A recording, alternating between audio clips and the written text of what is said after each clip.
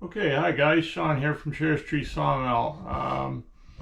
Today is July 23rd, super hot day, super muggy, not a great day for the wood we have here in our warehouse. I'll show you in a minute here why that is, and it's just the way it is. Can't do much about it. Um, Anyway, today is July 3rd. Tomorrow's July 4th. So happy birthday to all our American friends down south. I think it's your 250th anniversary this year. So I want to just say happy birthday and thanks for being a good neighbor. I know. There's some things that's going on right now between Canada and the U.S. I can't understand. It just seems like it seems so silly to me. So we're shared cultures, shared similar beliefs, and we should cherish the friendship we have with one another instead of creating these silly obstacles. So anyway, happy birthday to our American friends down there. Today I wanted to talk a little bit. I'm sorry, I know my channel is kind of hit and miss with the videos, and we're just kind of starting out. Who knows where to go? This is not. I hate to say it, it's kind of a shame to say, but I'd like to make this YouTube more of a priority. But honestly, I'm still trying to set up the shop here. This has been a huge undertaking, from going to bare dirt 4 years ago to what we have now. Has taken a ton of time. I do a lot of this work myself. We did have a contractor in to frame the shed, and a cement contractor to come in to pour the cement for the floor, but that was in stages as well. But everything else, well, I shouldn't say everything else. Most other things, like building the kiln, building all the racking, some of the partitions, not all the partitions. I did have a contractor come in, put the main partition in, but we've had to do a lot of the siding and insulating on the walls. Yeah, it's just doing all the electrical work, hooking up the machines, getting the machines in, getting the third. A lot of the machines are three-phase, and I only have two-phase coming in the shed, so we had to connect, learn how to connect. Well, maybe not learn how to connect, but learn how to buy the proper sized rotary phase converter, and whether that was the best option or not. That was a big, big job. Another big job was the central dust collection system that we put in. There's a video on me putting the ductwork up for that system. That was a big job. So all these things take time, and we haven't really had an opportunity to really set our product line. We sell retail hardwood right now, and some softwood. So that's kind of been the business right now. Guys have been finding us slowly but surely. They've been finding us here. We've been increasing a little bit more and more. We're trying to, find the right price point for our products, for our hardwood. We have to make sure we're fair to the customer, but yet this is a huge undertaking what we're doing, a lot of expense. So we also have to be fair to ourselves in what we charge.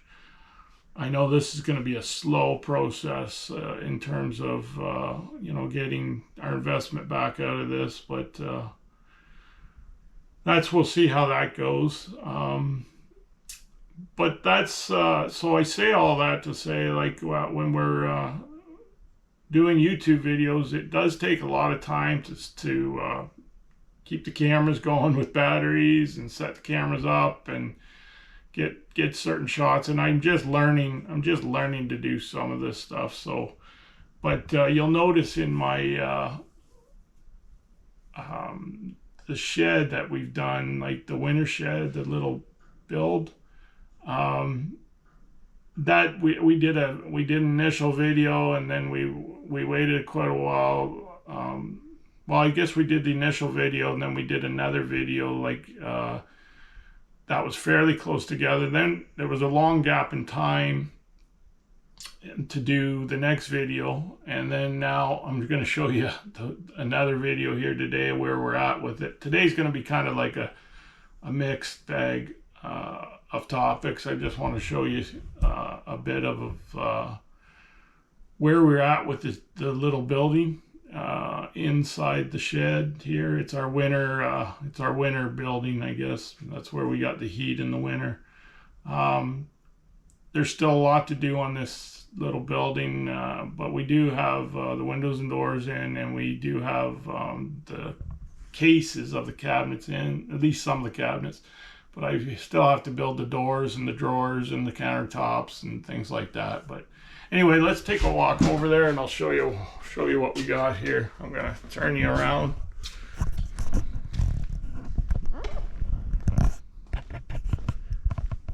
All right, so this is our winter building. So we don't have to heat the whole shop, but we still have a place to work, and it's a mess. It's a mess right now, but so we do have our CNC machine in. It's we got the ductwork tied to the outside. We have a corner heater there that we can heat this little room up. It works really good.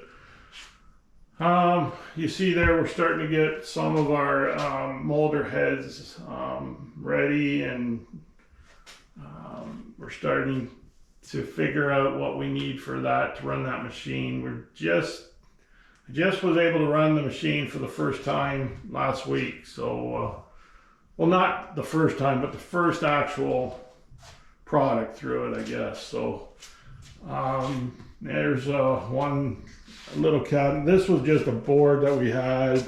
I just threw it on here now. I don't know if I'll keep it on there or not. It was it warped bad on me. It was wet. It was the wood was too wet, and I probably should have known better to glue it up.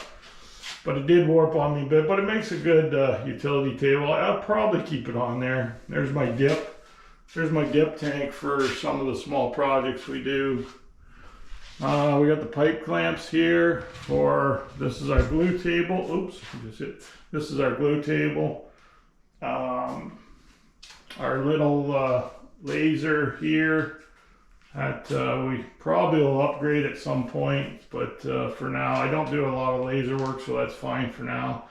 Here's some of our new candle holders that we have to get boxed up, take pictures, we got to put the candles in, we got to get some pictures, we got to get them online and box them up. So, and then we have a row of cabinets here that we're going to have to get countertop on, drawers and doors.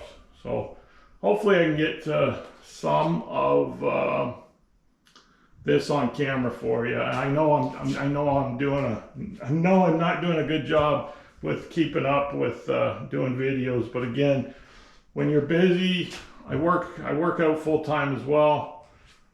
I'm on shift work, and then so when we do get time in the shop here,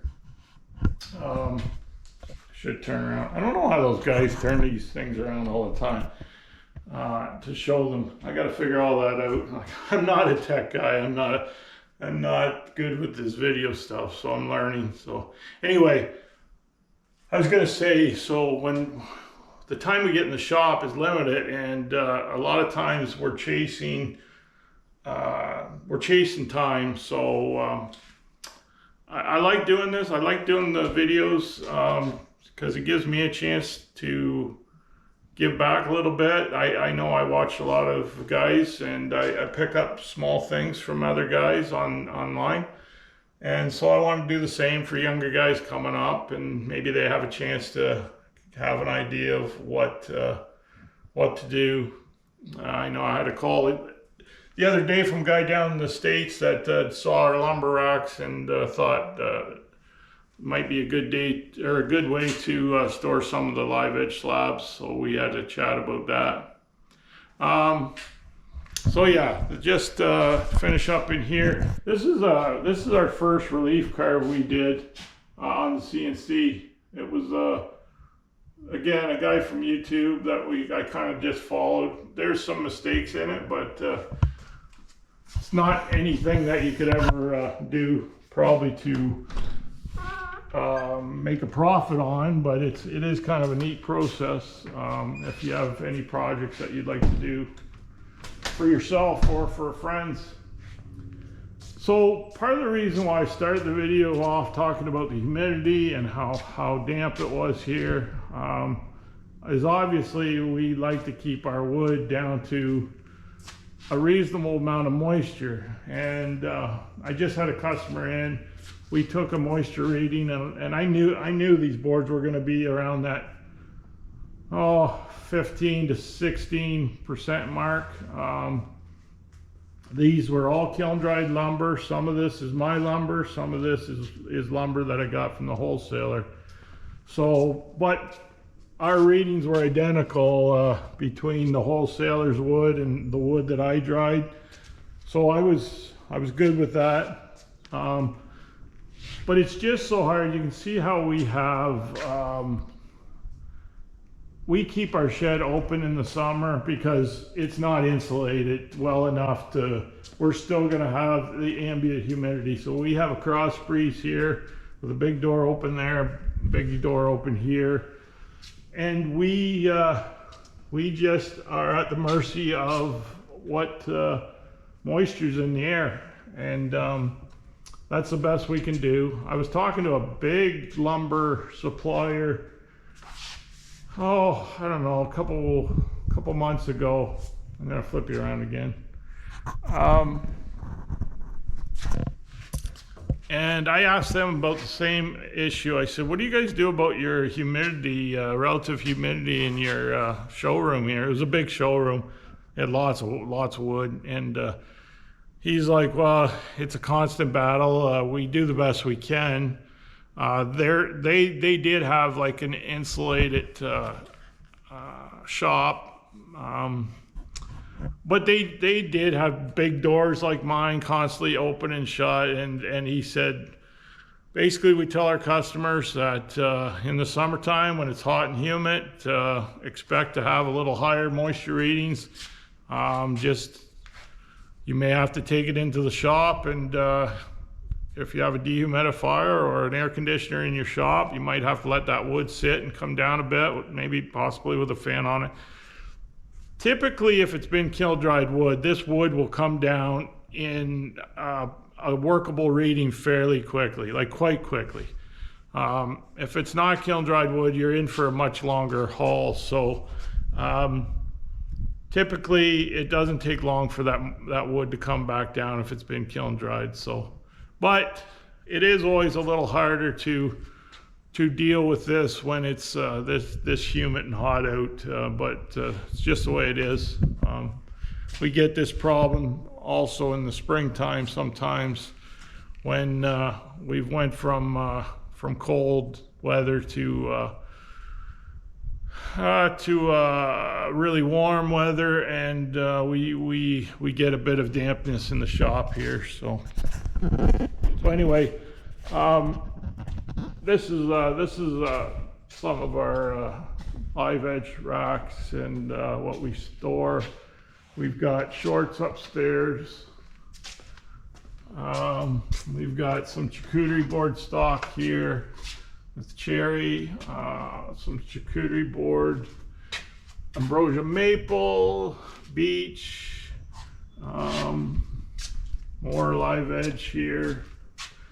And then we've got some white oak, S4S white oak, S4S beech, some rough 1.25 inch white oak, 1.5 inch white oak rough. These are the new racks that we're creating some more space for guys to for us to display our wood to customers, so it's easier for them to sort through the wood. Back here we have our bulk storage. I'll show you here. This is our little saw that we chop the wood up to fit people's vehicles. This is our bulk storage. Not we got a lot of cedar right now, and that's what I'm going to be processing today. We're going to try to get this cedar stacked, planed and stacked a little tighter. So we'll go back to the mill shop. I'll show you.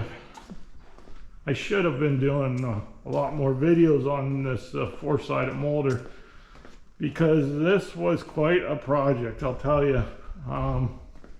So there's a cedar we're going to be working on today. We're going to plane that up, and we're going to try to run some decking on our four-sided molder, see how it works. So here's the molder. We finally got it up and running. We redid all the spindles. There is the bottom spindle right here, and side spindle, another side spindle right in here, and then we have the upper spindle here. I'll show you. There's the upper spindle right there. It's been pretty good. I'm pretty happy with everything, except this head here, the bottom head, is not taking off as much as I think it should be taking off. That's a 5-horse motor on that head, which I had on my old planer. I've got a new planer now, but I had a 5-horse 20-inch planer that I could plane a 14-inch board and take 1/8 of an inch off. Well, maybe 1/8 of an inch might be big on that, but I could plane an 8 to 10-inch board with 1/8 of an inch without too much problems. This head, I don't know whether this cutter is actually, I'm gonna show you here. I got the same insert cutter head as the top one, but the top one has sorry, I'm trying to do this with one hand. I might have to move that table out. Anyway, I'll show you here. There's the serrated cutter head, and these cutters are what came with the machine, so they might be a little dull. This head seems to be cutting good. It's a bit bigger motor, but it's got brand new cutters on it. So we had to reinstall the cutters. There was a bunch of broken cutters on that. So anyway, we'll see how it works today. We're gonna do some experimenting. I would like to get a straight blade. I've got a head. I need to get some straight blade knives, and I'd like to try it with straight blade knives and see how it works. I've been told these serrated, or not serrated, but these spiral heads or helical heads with these multiple cutters on them, carbide cutters, that I heard they take more horsepower than a straight knife. So we may try the straight knife and see how it works. But other than that, pretty happy with it. We rebuilt all the spindles except this one. This one the bearings seem to be fine in it, and it's not too hard to get at if we have to do that down the road. So yeah, I'm sure you guys will see lots of videos on this eventually. There's our table saw. This is where we park the table saw. There's our upper central dust collection. Seems to work pretty good. So, all right, looks like I got a customer here, so I'll sign off, guys. We'll talk to you later. Okay, hi guys, we're back. Sorry I didn't get any shots of us doing this cedar here. It's the end of the day. We got through that stack of eastern white cedar. There it is. It's planed to it's just over 5.5 inches, about 5 and what would it be, 7/16 roughly, or no, 9/16.